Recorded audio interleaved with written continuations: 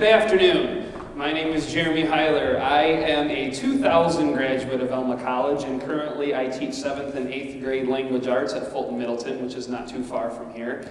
In addition to that, I am the co-director of the Chippewa River Writing Project at Central Michigan University, and I have co-authored a book called Create, Compose, Connect.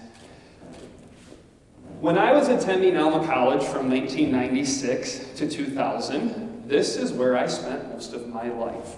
It was in a computer lab that looked a lot like this. This is what it meant to compose, because we were working on Word documents, or we were working on some other kind of notepad document that was available for the computer lab, or for our classes. Excuse me. When we were creating meant that we went to the nearest store and we found the cheapest poster board. And we glued as many pictures as we could find from the internet, because the internet was just emerging at that time when I graduated high school in 1996, and so that's what you did. And if you were lucky to have an artist in your group, when you were doing group work, they would do some really neat letters on your poster board, and then you presented it to the professor or to your class. As I mentioned before, Microsoft Word was the go-to for when we were composing essays for our class. Who doesn't remember these? These were the main tool for when we wanted to create a video. Oh, I've got one of those. I can run home next weekend and get one of those for our project. And that's what you did when you videotaped something. You went home and you grabbed mom and dad's camcorder and you used that for your presentation. And when I started teaching in 2001, and eventually I got to 2009, 2010 in my career, there was something that was going on inside of me that I wasn't so sure what that was. And I started to understand that I was becoming disconnected with my students. I started to understand that I was getting disconnected in terms of understanding what my students needed from me as an educator. To start off with, it was our technology where I currently teach now.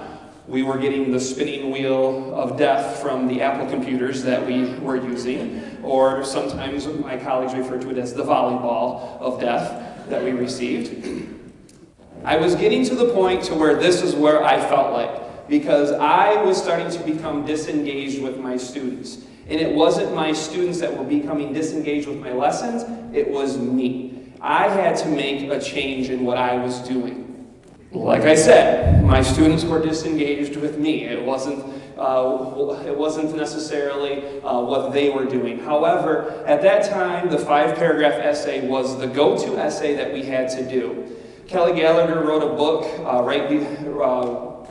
right beside them, and or right like this, excuse me. And when he wrote that book, he said, there is not one 5-paragraph essay anywhere in a newspaper or magazine where that, and why are we teaching students to be like that? So I knew that there had to be a change that came within me as an educator, that I had to find something different to do. So I sought out the National Writing Project.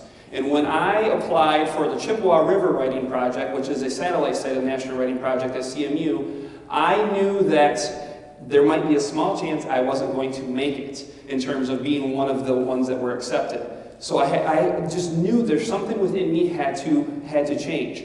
Luckily, I was accepted, and I went to the Summer Institute. And if you don't know what the Summer Institute is, it's a 4-week institute where we do nothing but write, we analyze, and it's a transformative professional development experience that not only changed me as a teacher, but it changed what I did in my classroom with my students. And I learned that there's much more to creating, composing, and connecting than just a 5-paragraph essay.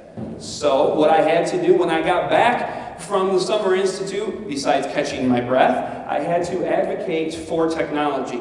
I had to make sure my students were at the center of this technology that I was using, and I needed to understand what the purpose was for using technology, because I couldn't just use technology for the sake of using technology.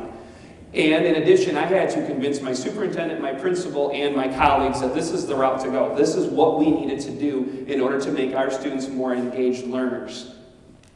So we eventually became a one-to-one school, where we have 4 mobile lab carts now, and our students are using notebooks and laptops on a regular basis. In addition to that, my students are using their cell phones every day, because I had to start embracing as a teacher that this was the way that they were learning. They were taking ownership of their learning, and I had to understand that what I was doing in my classroom wasn't necessarily wrong, but I had to find a way to connect with them. I had to find a way to make them use these tools, or help them to use these tools in a more responsible manner. And it took a lot of work on my part, but it also took a lot of work from my colleagues in our school and the students as well. So what this has led to in terms of creating, composing, and connecting is now my students aren't just creating poster boards for the projects that I had done in my classroom, but now they're writing for more authentic audiences, creating blogs so other teachers and other students from around the world can read them. They're creating comic strips to help me to understand, or to help them understand what they have learned in terms of assessments. It's no longer filling in the bubbles anymore in my classroom. I give them options in terms of, you show me what you've learned, and you show me and you tell me what you want to do in terms of showing me what you've learned. In addition to that, they're using tools like Animoto to help them create book trailers. So they're reading, and then they're actually making a commercial for their book, kind of like a movie trailer. In addition, Google Drive helps to connect them. That is a tool that helps them so that they can have conversations, and they can revise, and they can edit.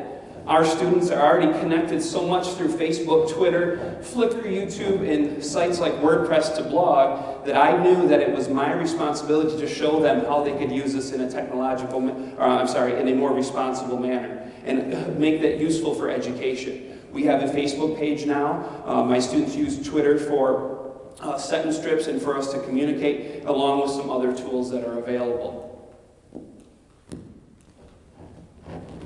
Why is it so important today for our students to be using technology in the classroom? And why is it so important for us as a community to embrace this? Well, I'm not going to lie to you. It's going to be with them for the rest of their lives. Any job that our students have, my middle schoolers have in the future, are going to be revolving around some sort of technology, whether that's an iPad, a computer, or using their cell phone. They're going to have to know how to use those tools, and they're going to have to be able to use those tools effectively.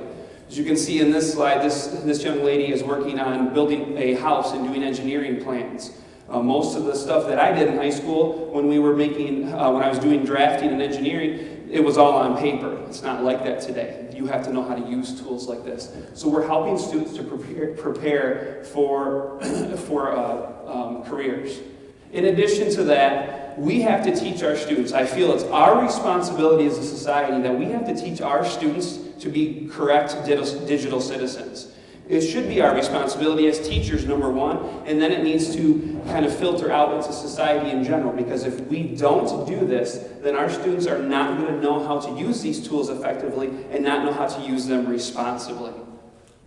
And to leave you with a couple words, technology is a given. It's not a debate. We have to learn to embrace this as a society, and we have to learn to help them use these tools. And if we want our students to create, compose, and connect effectively, we have to be the ones that embrace it ourselves as a society, as parents, as teachers, as grandparents, sons and daughters, and then, only then, can we help our students to be effective citizens in a digital society. Thank you.